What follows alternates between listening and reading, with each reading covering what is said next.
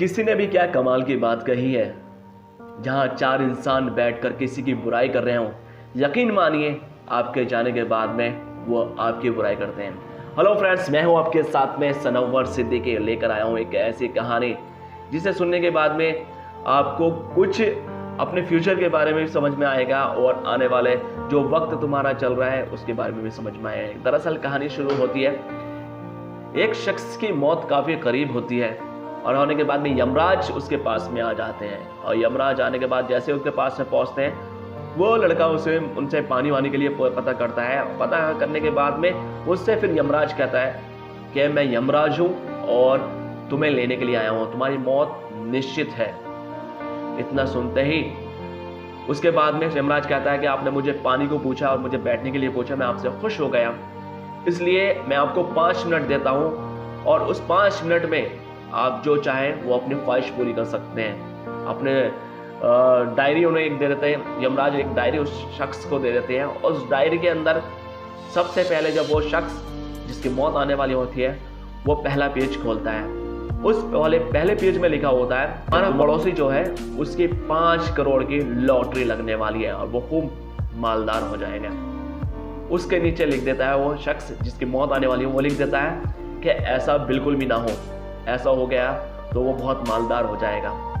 तभी अगला पेज पलटता है, तुम्हारे बराबर में राइट साइड में जो शख्स रहते हैं, काफी दिनों से मेहनत कर रहे हैं, वो नेता बनने वाले हैं, उनका रात बहुत मालदार होने वाले हैं और नेता बनने वाले हैं। नेता भी इस तरह के वो बहुत जल्द मंत्री बन जाएंगे।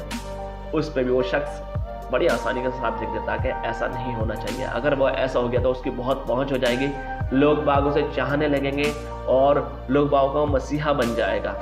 उसमें कहता है ऐसा नहीं होना चाहिए। तीसरा सामने वाला पड़ोसी होता है, तीसरा पेपर जब खोलता है तो उसमें जो सामने वाला पड़ोसी होता है उसमें लिखा होता है कि उसके पास में एक लग्जरी गाड़ी आने वाली है और उस लग्जरी गाड़ी के जरिए से वो सबको लुभाएगा, सबको अपना मनोमित करेगा और अपनी और आकर्षित करेगा।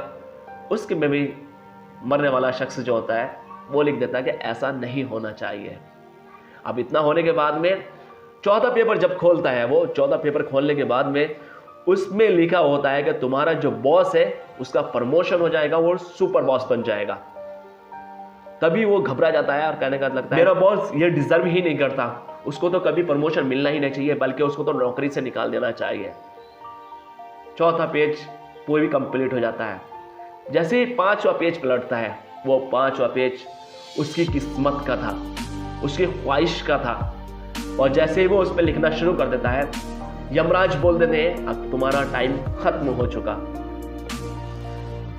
मरने वाला शख्स उससे बोलता है कि अभी तो मेरे किस्मत का मामला तो अभी आया है और आपने कह दिया तुम्हारा टाइम खत्म हो चुका, तो टाइम अगर खत्म हो गया तो मैं किस तरह से अपना वो करूंगा, बस थोड़ा सा लिख लीजिए मुझे अपनी किस्मत के बारे में भी। यमराज उससे डायरी छीन लेते हैं और उसके बाद में कहते हैं अब तुम्हारा वक्त हो चुका, चलिए आप।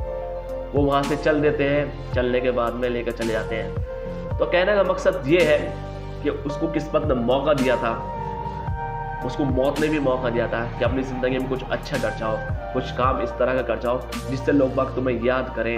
हो सकता है उसकी मौत ही टल जाती, लेकिन उसने दूसरों की बुराई सोची, दूसरों से चिढ़ने का उसने प्रयास किया और चिढ़ रहा था दूसरों से, जिस वजह से उसे इस तरह की परेशानी का सामना करना पड़ा। अपनी किस्मत से ही अपना बुरा लिख डाला उसने, अपने कलम से ही अपना बुरा लिख डाला उसने।